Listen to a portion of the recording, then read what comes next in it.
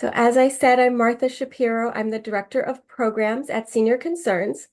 If you're wondering what those programs are at Senior Concerns, our core programs are our Meals on Wheels program, our adult daycare program, which we host on site. We also have a caregiver resource center, senior advocates, as well as legal and financial concerns. Now we have new memory concerns where we offer memory screenings at no cost, as well as these educational series. So we're here for you in the community. Just reach out to us and see how we can help you. I'm happy to be presenting today on everything that you need to know about hiring in-home care. So, oh, if it lets me move it. I'm going backwards. I'm going too far. There we go. This presentation sort of grew out of my own experience. I have been working in this field with family caregivers for, I think, 15 years now.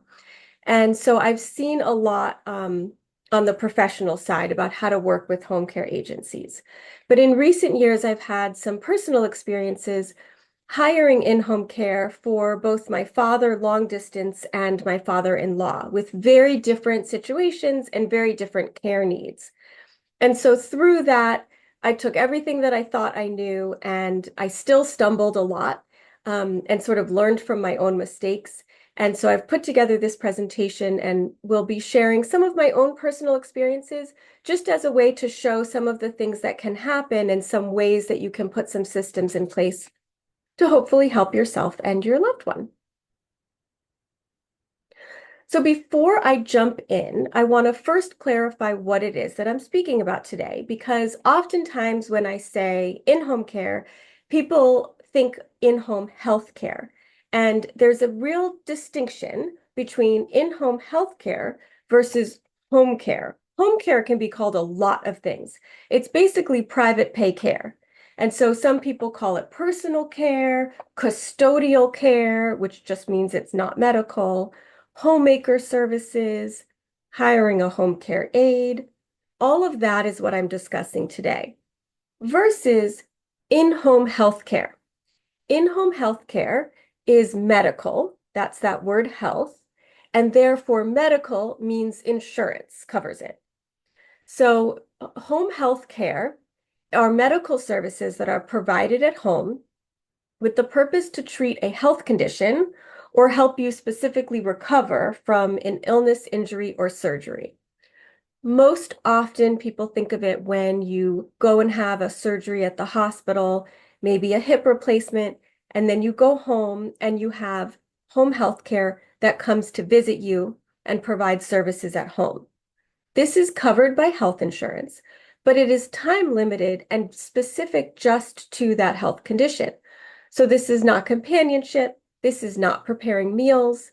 This is not supervision. This is specific medical care.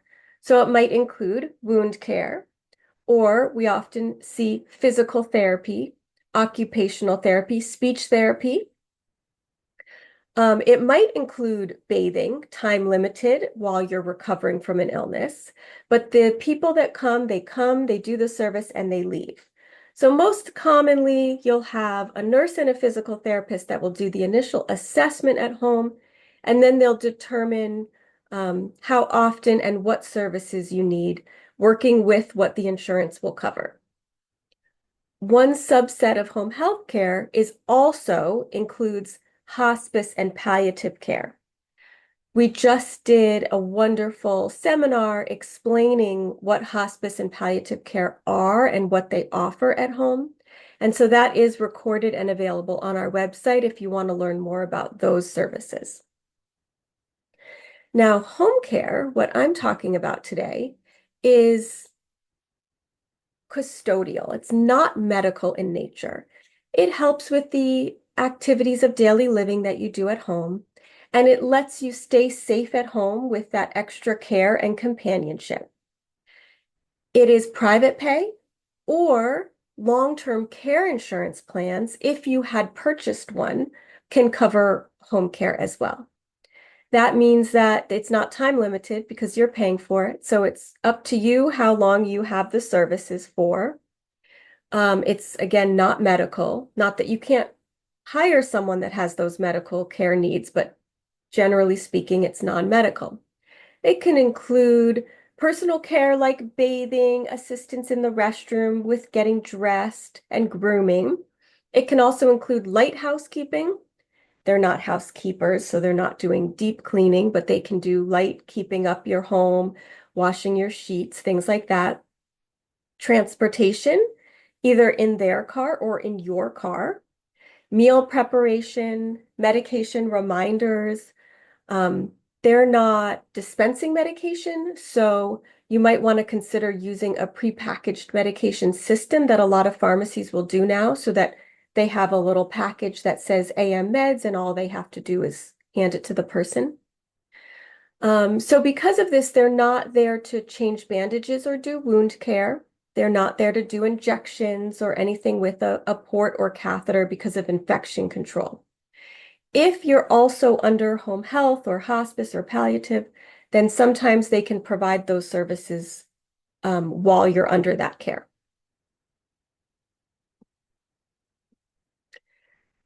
So when is it time to hire in-home care? This is a tricky one, and it's different for everyone. So generally speaking, the idea is that it allows one to age in place at home. Sometimes we just need to hire it temporarily because we are recovering from something, or maybe we're the caregiver for our spouse usually, but we're ill. And so we temporarily need care to come in to take care of our spouse while we recover. But oftentimes we're looking at when is it that time that we know that we need to bring in help? It can bring peace of mind. They can help monitor safety and health issues. One key reason is if you're no longer driving, and it can be for companionship. So I saw two very different experiences with this in my own life. My father had a medical event where he suddenly became quite disabled. Cognitively, he was fine, but he lost his vision and a lot of his physical abilities. So it was very clear that this was not something that we could care for without additional help at home. On the flip side of that, I saw with my father-in-law, he had some cognitive decline. So he did not want help. He didn't think he needed help, but he lived alone. And so it was a constant trying to have that discussion around if you want to stay living at home, if that's what you choose for yourself, then you need to allow some help to make sure that you're safe and you're getting your needs met. And the truth is, we tried and tried, and he would send them away or only let them stay for an hour when you're got a 4-hour minimum. And it wasn't until he officially lost his license and we sold his car that he accepted the help, because then he really needed to rely on the caregivers. And so that was the way in to finally get him to accept the care. I encourage everybody to be proactive, and hopefully that's what you're doing by joining this seminar today. Ideally, you will have time to gather the information, interview different agencies, and come up with a plan. That's not always the case, and we can't sometimes control that. But in a perfect world, we're proactive, we've gotten information ahead of time before we absolutely need it, and we're creating a backup plan. A lot of times I'm speaking with people where they're already providing care, family care, personal care for their loved one, a spouse or a parent, and they're the ones doing it unpaid. But I say, what's the backup plan? What happens if something happens to you? And I've seen this a lot. We run an adult daycare at Senior Concerns, and I've had more than one situation where the loved one that was supposed to come and pick up their person in the day program wasn't able to get there because they got in a car accident or they had their own medical event happen. And so what's the backup plan? There might be a short-term backup plan where you have another family or friend who can come in the immediate. But what's the longer backup plan? What happens if you have to spend a couple of nights in the hospital suddenly? Who can come and be with your loved one? So if you're already in a caregiving situation, it can be really helpful to interview and start using an agency minimally so that you have a place that you know you can call and say, okay, now I need help. Suddenly, I need help for a week while we figure out what our next steps are. The other thing to think about is who will manage the care if you're unable to. Um, if whether it's for yourself or for the person that you're caring for, hiring in-home care, it doesn't just come and take care of itself. There's someone has to manage it. In a perfect world, the home care agency does a lot of that for you, right? So if the caregiver calls out sick that day, the home care agency finds a replacement. They make sure that person knows everything they need to know, and it continues smoothly. But that doesn't always happen. Sometimes they're going to have to call and ask questions, or they can't find a backup person for that day, and they want to change the hours. Who's going to make those decisions if you're not able to? So that's something that you need to think about as well. It's not changing my slide. So when you're hiring home care, the decision is, are you going to hire privately or through an agency? Most of what I'll be talking about is hiring through an agency. But I always want to touch on this subject because we actually had a seminar last year presented by a labor attorney all about if you want to hire someone privately, what do you need to know? Because this is very important. So I always want people to understand. The a little bit of a misnomer is that you'll save money if you hire privately.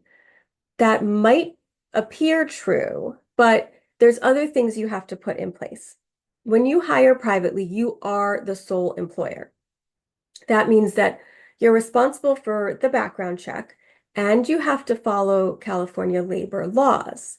So it might be less expensive per hour, but you have more liability. We have a handout that's on our website, and I'm happy to, what I can do is send a copy of these slides along with this extra handout to everybody that registered today, because it gives a little bit of a quick one-pager, what do you need to know if you're going to hire privately? Because the issue is that you are the employer in California and you are then held to the same standards as if you are running a big corporation. And that is surprising for people to hear and really understand, but it's true. It doesn't mean it's not possible to do it in a safe way, but it's really important that you put some things in place. So I recommend that if you're not used to being an employer in your own profession, that you do meet with an employment lawyer to discuss it and get some paperwork template from them. That's something that they can often do, for a set fee. They can set you up with all the templates you need. Because you need to understand your legal obligations as the employer. You need to have a written caregiver agreement created before the person starts to work for you. You never want to classify someone as an independent contractor or pay them with no record of what you're paying them. So you can put a good system in place, but you have to track it. You have to follow labor laws, which include laws about breaks and lunch breaks and overtime pay and all of that. So whereas if you use a home care agency, it's not totally without liability. You're considered a joint employer with the agency. But the agency is following those California labor laws and putting those practices in place and telling you, what you need to do in the home. But of course, it is more expensive per hour. There's no way around that, and the cost of care is just going up every year. So now that's my overview on if you choose to hire privately. And if you are interested in that, then go on our website. If you go to seniorconcerns.org under programs and then under seminars, and you scroll down, you can see all our recorded past seminars. So I definitely recommend watching that one and looking over the handout that I will send. Now, if we're looking at using a home care agency, home care agencies are licensed now, so you can look up their license. And if you have the time available, if it's not a crisis situation, then I always recommend interviewing more than one company. Generally, a lot of them will offer similar things, but you want to know what's different about them, what makes them stand out. So here's some questions that I suggest. You want to ask about what the agency's backup plan is in case the regular caregiver does not show up. So recently, this had happened with me with my father-in-law, and I was very pleased with how the agency handled it.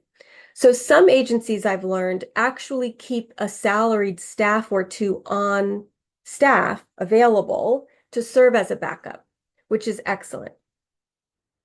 What I was pleased with my father-in-law, because he had the same caregiver 5 days a week, when they had to sub someone else in, they had a scheduling person who came and met the new caregiver at the house in the morning to give the overview. They spent a half an hour of their time that they did not charge me for just to train the person that was stepping in. That's not always necessary, but in our situation, we felt that it was, and we were really pleased that they were able to provide that. Home care is up to around $40 an hour, and it is hard to say that because when I started, 15 years ago, we were looking at 18 to 20. 20 seemed high. And so the price has really gone up. That's just what it is if you're using an agency. And maybe you can find something for 38, but maybe you're going to find one that's 42. So I say it's around 40 right now. And most of them require a minimum of 4 hours at a time. The agencies are having a hard time hiring caregivers. And so they are not able to find people that will come and work a 2-hour shift. So most of them have set a 4-hour minimum. However, some will say, we do not have a minimum. We'll do as little as 1 hour, but they're going to charge you twice for that 1 hour. So they might charge you $80 or $70 for 1 hour of service.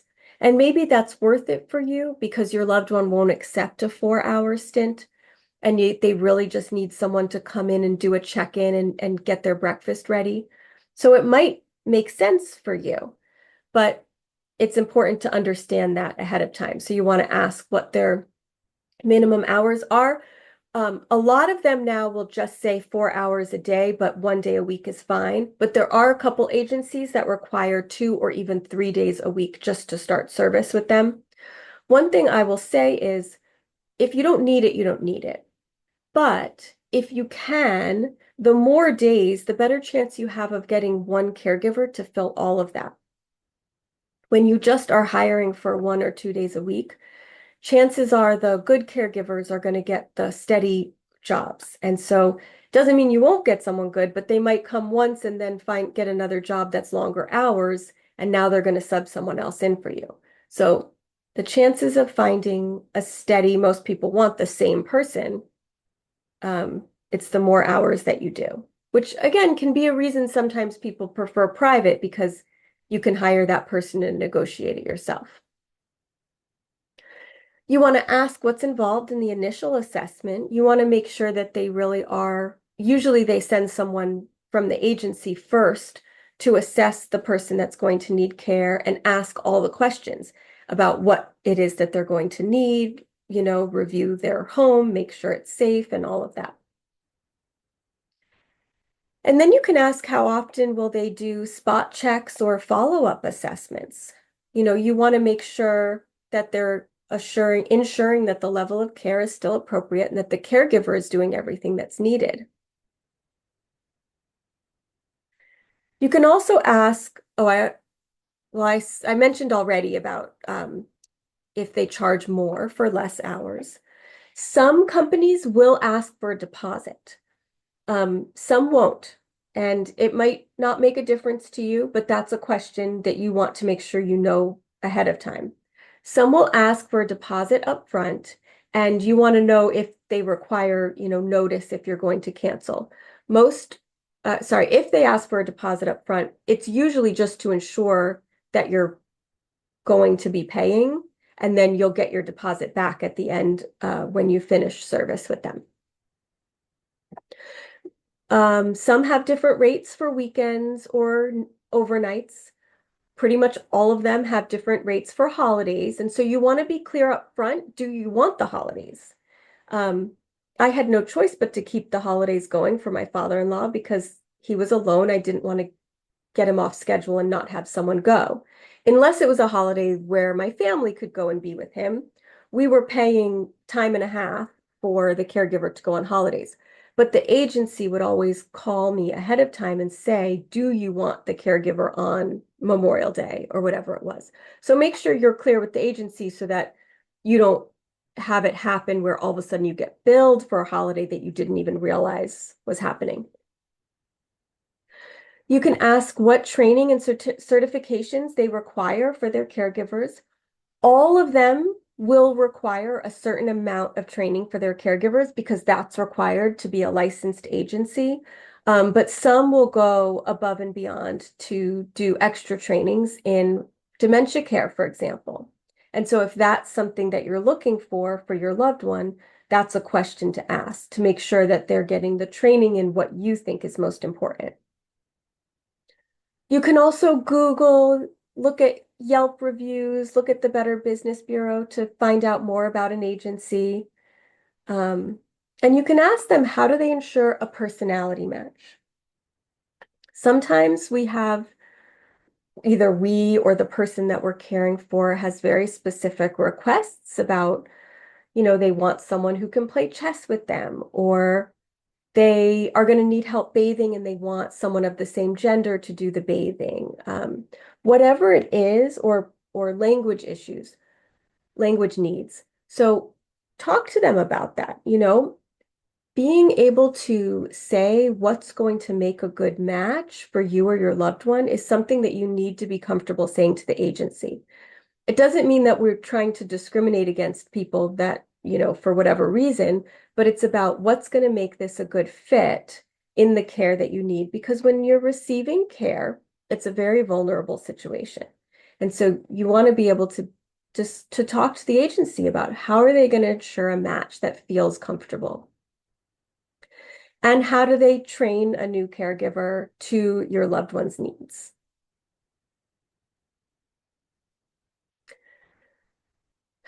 I do think it's really important to prepare. When they come and do the initial assessment, they are going to ask you all sorts of questions, but I think that there's always more that you can provide them. So I recommend creating a task list. I've heard a complaint from people often over the years that, I'm sort of stuck paying for 4 hours, but they only have like an hour worth of tasks, and then they just sit and watch TV with the person. Okay, that's not necessarily wrong, though, because they're providing companionship. They're ensuring the person is supervised and safe. And if they get up, they'll follow them. But what else would you like them to be doing? So perhaps if the person has some cognitive impairment, maybe you want them to be doing some games that might stimulate their mind. Well, what does that look like? Do you want them to play cards? Do you want them to play music that they like? Do you want them to do some chair exercise or blow up a balloon and have them hit it back and forth? There is all sorts of things that you can have them do at home so that it feels purposeful to you and that you feel like you're making the most of the time with the caregiver. But you have to tell them. So I recommend creating a task list that doesn't just include the things that you want them to do, but also activities that you might want them to do, how you want them to spend their time. Include what to do as well as what not to do. So when when we hired care for my father-in-law, the first agency that we hired, we did not do any of this. Certainly, we talked on the phone with them, we explained things, but we didn't create these lists or do any sort of follow-up. And after a while, we felt that um, we just weren't sure what they were doing. We're not there to supervise. And we had some red flags that happened. So I don't think I have a slide on this, so I'm just going to sort of keep talking. One of the things that they would do is take him to the grocery store. And so he has his own bank card, and I was monitoring it online. And I don't monitor it every day, but I checked one time and I saw that within a 1 week period, they had gone to the store 3 times and spent a total of $700. $700 for a person that lives alone. So I was very upset about this, and I called the agency and they talked to the person and they said, oh, they were just stocking up on paper towels and things, and oh, he bought things for his neighbor that he's, has a friendship with. And I thought this just isn't right. They shouldn't be, first of all, they shouldn't be buying things for other people. We never saw, when we went to visit, we never saw a stock up of paper towels and things that should have cost that much money. So we really questioned if the caregiver wasn't having him buy things for her. And my father-in-law is so friendly and kind and could just imagine, even if the caregiver was going to buy something on her own dime while she was there, which frankly she shouldn't be doing on while she's on the clock. But say she was going to take care of 2 things at once. And then my father-in-law would say, oh, no, no, put it on mine. I'll get that for you. But that's not right. Even if he said that, it wouldn't be right. And he has had a diagnosis of dementia, and the caregiver knew that, and it wouldn't have been right. So this was one of our issues that we had. And the food, even the food that they were buying, so we started having them send us copies of the receipts. And he's a diabetic, and the food that he was buying, we didn't feel was appropriate or things that he used to like. And so he needed more guidance. So after some time, we ended up changing agencies. We got a fresh start, and we decided, we're going to take this opportunity to put things in place the way that we want them. So we made a really clear, typed up list of things that we wanted them to do.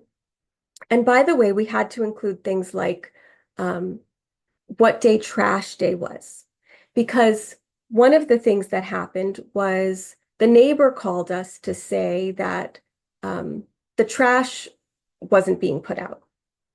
So we just assumed they would sort of figure that out. They're there every day.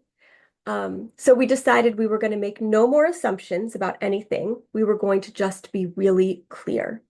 And this saved us a lot of headache. We made it clear about what trash day was. We wanted them once a week to go through the fridge and throw out anything that was old or expired. When we wanted them to do laundry and change the sheets, we wanted them to home monitor because I'm not there. This is out of town, and I'm paying all the bills for him. And all of a sudden, the water bill is through the roof. And the toilet was running and running and running, but nobody told me. So I put things on it like checking that nothing was dripping, that the sprinkler system in the yard wasn't leaking. Do a walk around once a week. I just put really clear instructions on what I expected them to do to make sure that things were still working well in the house. And then we put the what not to do. Um, you know, he things that things I things that we didn't want them to do, for example, like buy him alcohol or take him certain places, or just certain things that we had that were really important to us. And we reviewed this with them, and we felt that they implemented it really well with the caregivers. And And I write here, if needed, you can even post the list of things you want them to do and have them check off. And so what we found with this agency, which I'll talk about in a minute, is they had an online note system where they were able to do that for us. And look, that's where I am now, the tracking services. So the new agency offered this beautiful online case note system. Now, this might, if you're not computer savvy, might not be anything that's useful for you. But for us, this was incredibly useful. The first agency had the exact same program, the exact same online program where I would log in and I could see the days the caregiver came and I could pay my bill, but they were not using the notes. So the new agency was using the notes. And what they did is they took my task list and they created a checkoff in their system. It was so beautiful. So then every day, at the end of the day, I could go in and read their notes, and the notes would tell me what mood my father-in-law was in, what he ate, exactly what they prepared him, how much of it he ate, what they did for activities, when he took naps, when he showered, all of that. And it included this checkoff. So I could see that they had taken the trash out, that they had done the once over on the fridge. So that worked out beautifully. And it just took not not just that it was the right agency, but that we were clear that this was important to us, that we were going to be checking it.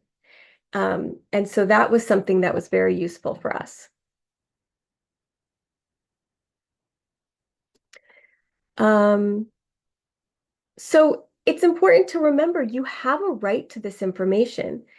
This is if you're doing it for someone else, maybe it's for you, and of course you're right there and you don't need it, but it's important to understand that you have that right. And I think that with the first agency, and we were hesitant to ask all these questions. It felt like, we were just bombarding them all the time. But at the end of the day, we have that right and we have to.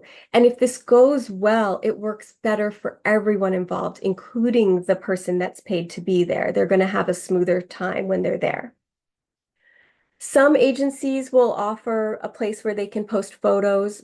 That's not something that we were interested in, and we didn't want his photos posted anywhere.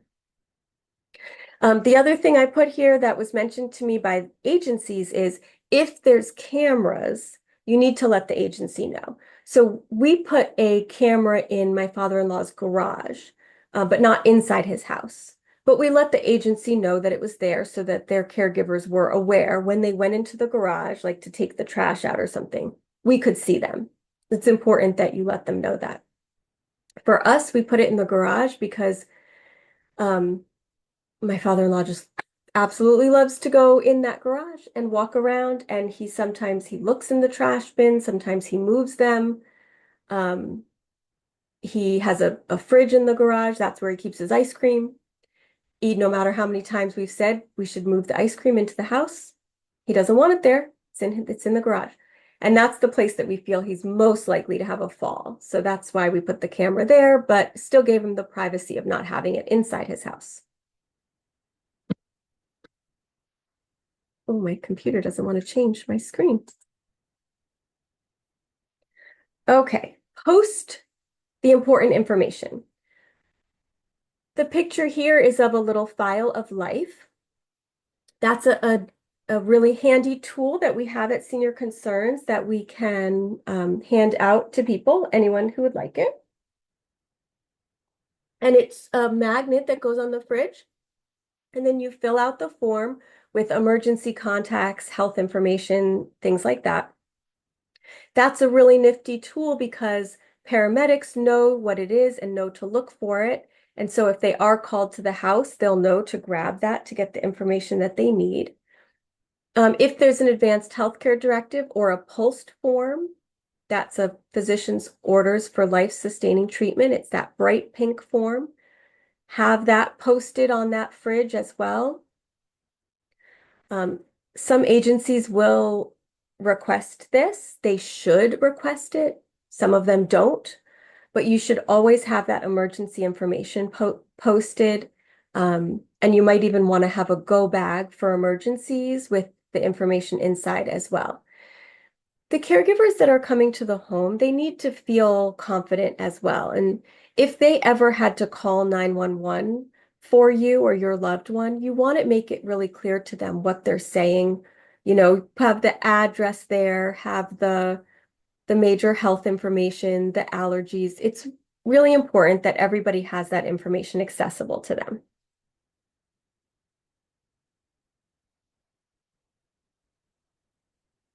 I also include information on a geriatric care manager because I mentioned about if you're unable to manage the care yourself, who's going to do that for you?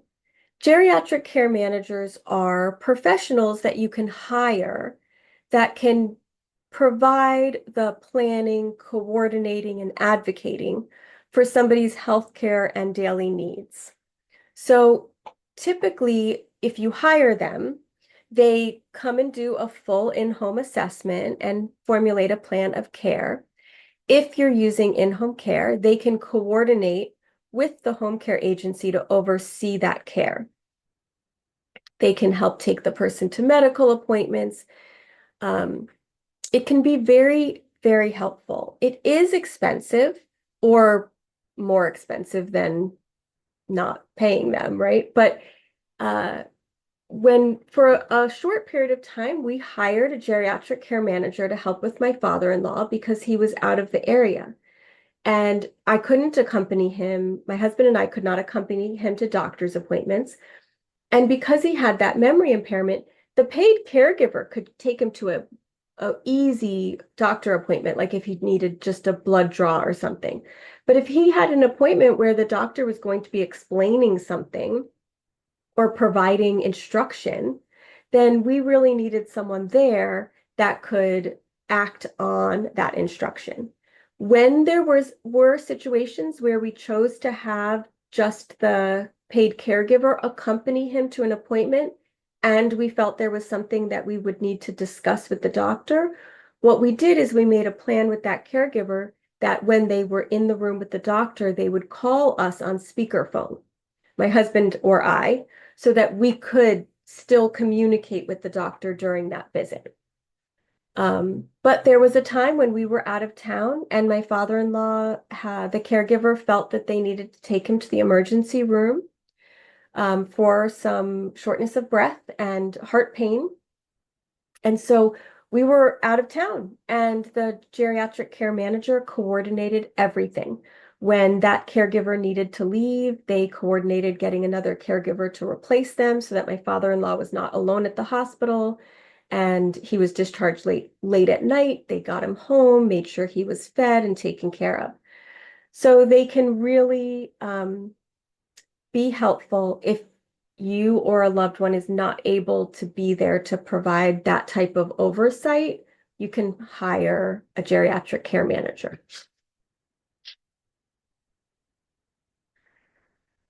So know your rights. If you're not feeling the vibe, speak up. When we had a caregiver in the home for my father, but my mother was there as well.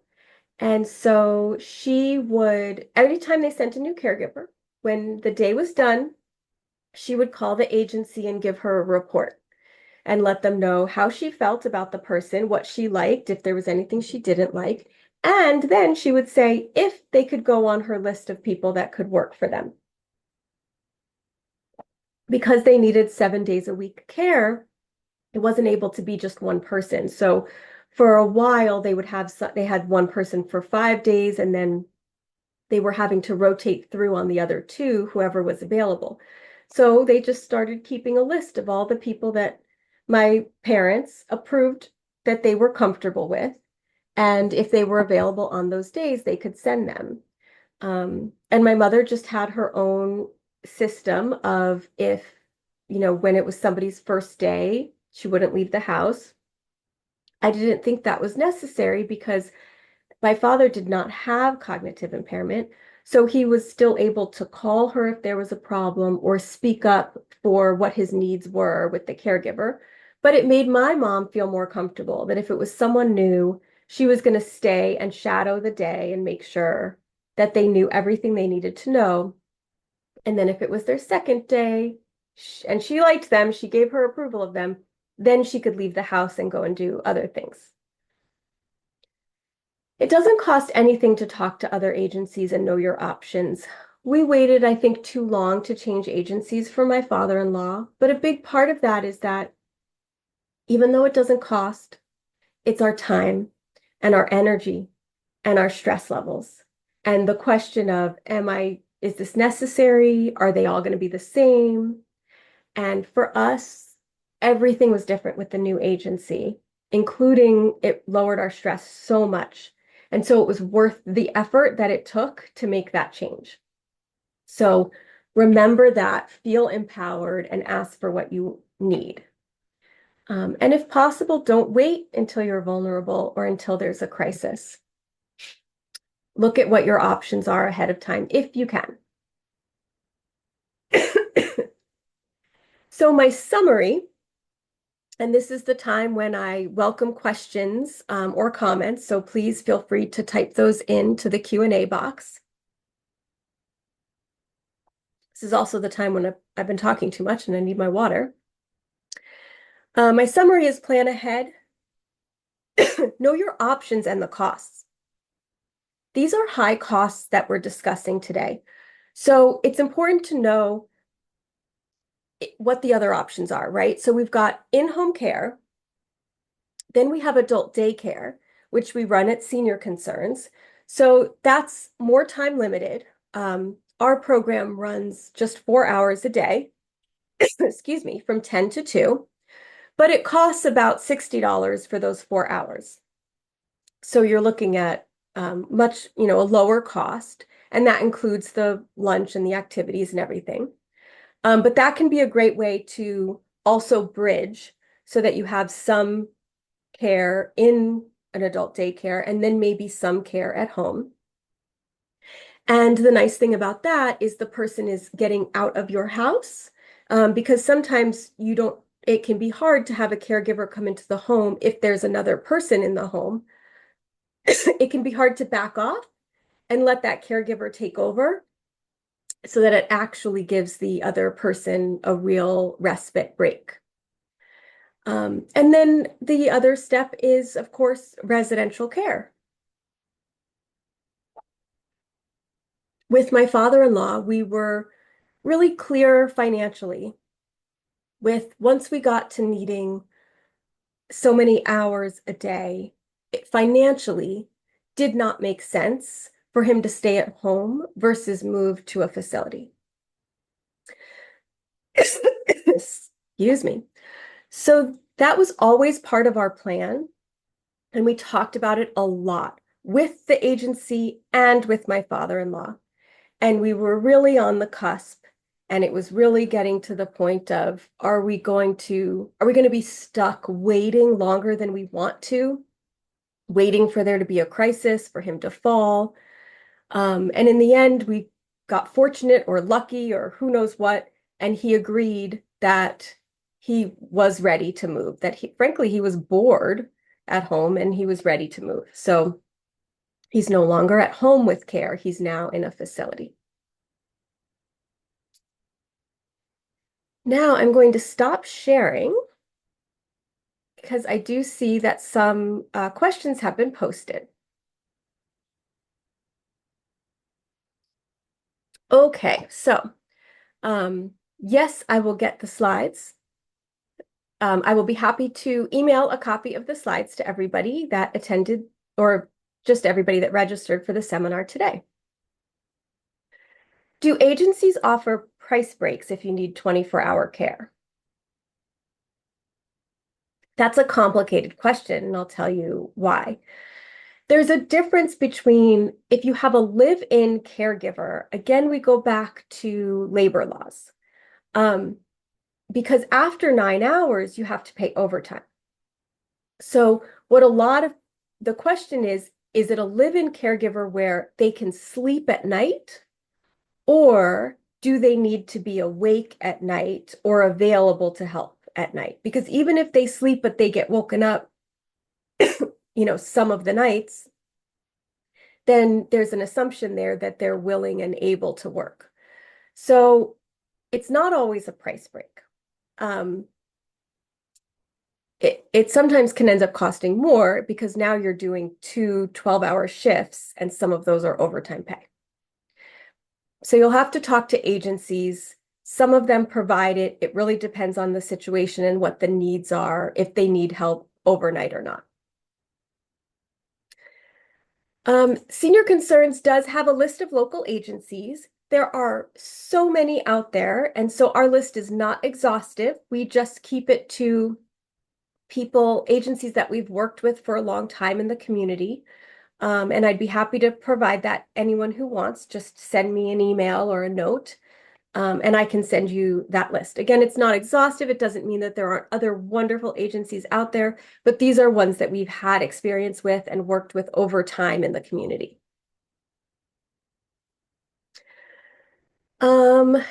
If I need help with managing my affairs and don't have family to help, what kind of person do I hire? That's a great question. So I talked about geriatric care managers, and some people are asking what they cost. Let's see. The one that I hired was $175 per hour, I think.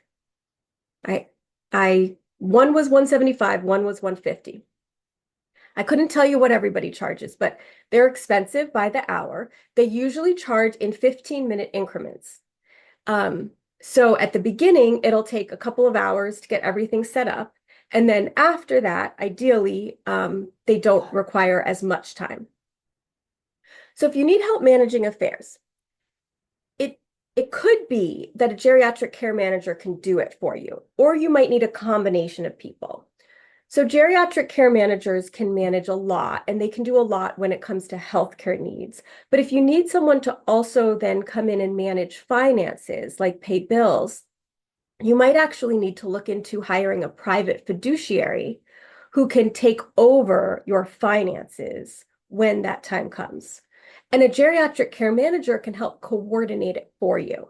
So overall, I would say a geriatric care manager could be kind of overseeing the large picture of it, and then they can help plug in and oversee people like a fiduciary to help with the money, or a daily money manager if you don't need a full fiduciary. That can be an option as well. So I hope that answered the question, because it's not that simple, right? It's about what exactly you need, and is there anyone that can, in your personal life that could take over little pieces of it or not.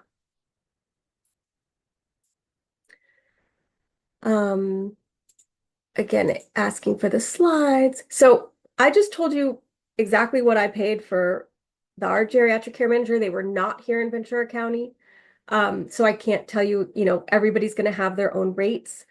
There is a website you can use to look for a care manager. I have a couple local people that I do refer to. So please reach out to me, and again, interview them all, right? Especially for a care manager, because this is someone who's going to be really privately involved in your affairs. And so you want to make sure you have the right person. Okay. So if somebody lives at University Village, they there's so much that's built into University Village that is wonderful. They have, someone who oversees health status. They have care you can hire directly from them. They have, of course, every level of care right there. But they're not going to necessarily do everything. They're not going to become your power of attorney. They're not going to make healthcare decisions for you. So there might still be a need to have somebody else involved if you don't have somebody personally in your life that can do those things for you. What kind of challenges are you finding with group home arrangements? So by group homes, I'm assuming that you're referring to board and care situations. Um, do you mean the licensed ones or the not licensed ones? I ask because there are two that are happening now. So a licensed board and care is licensed as a residential care facility for the elderly, just like an assisted living is. And they can have up to 6 people that require care. And it's a house, a converted house. And so the caregivers will live there. Maybe they have 2 or 3 caregivers that come in and then also sleep there and to provide the care to the people that are there. There are also now, because the cost of care and the cost of housing is so high, we're seeing non-licensed group homes popping up where they're not necessarily providing care, but they're doing like maybe laundry and meal prep, and people are paying to live communally. I can't speak to those because they're not licensed, so there's no oversight. But the licensed board and care homes, um, there are some absolutely wonderful ones. In Thousand Oaks alone, there are over 60 of them. So there are just so many, and so they really range. They range in price. Um, Low end Ventura County, maybe 4,000, 5,000, all the way up to 12,000 a month. So they really range in price, in, the beauty factor of what they provide, the bells and whistles. Generally, a lot of them, because they're smaller, and they're all in sort of more all-inclusive care than assisted livings, will have people that are quite progressed in their disease.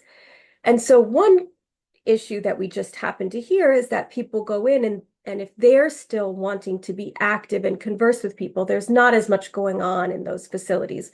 So we have a few that live in boarding cares and take Dial-A-Ride and come and participate in our adult daycare program a couple times a week, just to get out and have that social stimulation because they might not be getting it at home. If you're looking at a board and care or any assisted living, we do have some placement agencies that we work closely with because, like I said, there's so many of them. It can be incredibly helpful to work with a placement agency that knows them and can help guide you based on your loved one's needs. So if you explain to them your budget and then also the care needs, if they're more active and they want people they can chit chat with and they play cards with, or if they are really quiet and they need care during the night a lot versus during the day. No, that's really important for them to be able to steer you to look at the places that are going to be able to meet those needs. We also in our county have an amazing ombudsman program. The ombudsman is the federally mandated program that oversees all of these licensed care facilities. And they also offer pre-placement counseling for free. So you can call them and they can also help guide you and provide you with the full list of facilities. And you can ask them, I'm interested in this boarding care. Have there been any recent complaints? Because they're the facility that takes the complaints. That was a long-winded answer. Um, okay, it's close to 4, excuse me, but I'm gonna try to get through most of the other questions. Do live-in facilities have a trial period? All live-in facilities are month to month. So even though you get stuck having to pay sometimes a move-in fee, so it might not really be worth only going for a month, technically they're month to month. Most of them won't do less than a month. Some will, a few, if they're not full, will be willing to take someone for 2 weeks on a respite basis. But most of them, because to be honest, the paperwork and enrollment process is so cumbersome, they won't take someone for less than a month's pay. But once you're in there for a month, you don't have any obligation. So you don't really need more of a trial period than that. They're month to month leases. What does a fiduciary do? A fiduciary will manage your money. So if you don't have somebody to step in, for my father-in-law, when he was unable to manage his own finances, um, he has already had it written into his trust that my husband and I would take over his finances, and manage it for him. So we've been doing that for him. But if you don't have someone like that, a private fiduciary is someone that you hire that will take over managing all of your money. You said you hired two geriatric care managers. Why? Same reason I hired two agencies. The first one was not the best fit. So what happened was the first home care agency that I hired had geriatric care managers in their agency. So they were all together. And I loved that idea because I thought then they're managing the home care and it's seamless. It's all one agency. And there were some real benefits to that. All the billing was together. She could communicate, with scheduling the caregivers for us. But when we were not getting the response we needed, when we felt that there were some real egregious things going on with the caregiver, we didn't feel that we were getting the response we needed from the care manager. So we found somebody else. And honestly, it didn't matter that they didn't work for the same company as the home care agency because they still managed it for us. Oh, I should mention one other thing. If people are still here, I know it's already 4 o'clock. After that happened, where $700 was spent at the grocery store, the new geriatric care manager had a great suggestion to me, which was to get rid of the regular credit card and use something called TrueLink. I think it's called TrueLink. So TrueLink. I'm not endorsing this company, but there's multiple of them, and I happen to have found that this has worked really well. It's a company they make these cards now for teenagers. Green Card, I think, is one of them, or Green Link. Anyway, TrueLink is one. And when you go on their website, it even offers you an option of, is this for elder care? And so it's basically a card that you fund. And so I can put on it exactly what I want him to be able to spend. So we took away all his other cards, and he only had this card now, where I could load $200 a week or whatever I thought he needed. And I have an app on my phone and I can monitor it. And I can even tell the card that it's not to be used at liquor stores or gas stations or any place. It has a whole list of things. And so that was a great tool for me to be able to monitor and then feel safe that he wasn't going to go out and make a big purchase that I couldn't undo. And so there is a monthly fee for a card like that, but after, what we went through, for us, it was really worth it at the time. So that's my comment on that. So why I hired two geriatric care managers. Do you have a list of fiduciaries? I do. It's there's a list of all of the ones that are in Ventura County, and a local lawyer has given me this list, so I'm happy to send that out as well. What else? I actually don't know how much a fiduciary charges, but I should find out. I've been communicating with a fiduciary locally because I really want them to do a seminar on what you need to know if you're managing your loved one's money, because, it's complicated when it's not your money and you need to manage it in the right way. It is 4:02, so I am going to close the presentation now. It seems like maybe there's a lot of follow-up in terms of referrals that people would like from me. I'm going to send out a copy of the slides along with the list of home care agencies and the one-pager on if you choose to hire someone privately. What else? If you want something more specific, like the fiduciaries, please do just respond to my email and let me know, because I don't think everybody is going to need that one. I don't want to spam you all with too much, but there's a lot to this topic. I hope that today was a good introduction for you and gave some helpful tips if you're using home care or plan to in the future. As always, at Senior Concerns, please reach out to us. We're always happy to talk through your situation and see how we can better support you in what you're going through at home. So thank you all so much. I hope you have a wonderful evening. Thank you.